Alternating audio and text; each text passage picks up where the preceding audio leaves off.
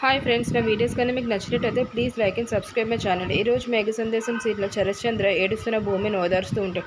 నువ్వు ఆ వెధవ గగన్ని ప్రేమించడం వల్లనే ఇన్ని కష్టాలమ్మా నీకు.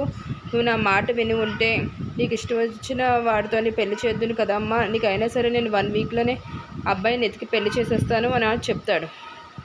ఆ తర్వాత అక్కడి నుంచి మీరా చేతులు పట్టుకొని, మీరా నా కూతురు భూమిని నీ కొడుకు చెర్రీకిచ్చి పెళ్లి చేయడంలో నీకేమీ అభ్యంతరం లేదు కదా అని అడుగుతాడు శరత్చంద్ర. దానికి నాకేం అభ్యంతరం ఉంటుంది, నేను చాలా ఆనందంగా ఉన్నాను, ఎంత ఆనందంగా ఉన్నానో చెప్పలేను, భూమికి చెర్రీకి పెళ్లి చేయడం నాకు ఇష్టమే అని చెప్పి అంటుంది. ఇంకా శరత్చంద్ర భూమి కాస్త చూసావా అమ్మ, చెర్రీతో నీ పెళ్ళి ఫిక్స్ చేశాను అని చెప్తాడు. ఈ విషయం విన్న తర్వాత నక్షత్ర మొహంలో చాలా సంతోషం కనిపిస్తుంది. చెర్రీతో భూమి పెళ్ళి అవుతుందని చెప్పి చెర్రీ, కేపీ మిగతా వాళ్ళందరూ షాక్ గురవుతారు. ఏంటి శరత్చంద్ర చెర్రీతోని పెళ్లి చేయడం ఏంటి భూమికి అని చెప్పి. అక్కడ చూస్తే గగన్ బాధపడుతూ ఉంటాడు. ఏంటి భూమి ఇలా చేసింది, నన్ను మోసం చేసింది అని చెప్పి.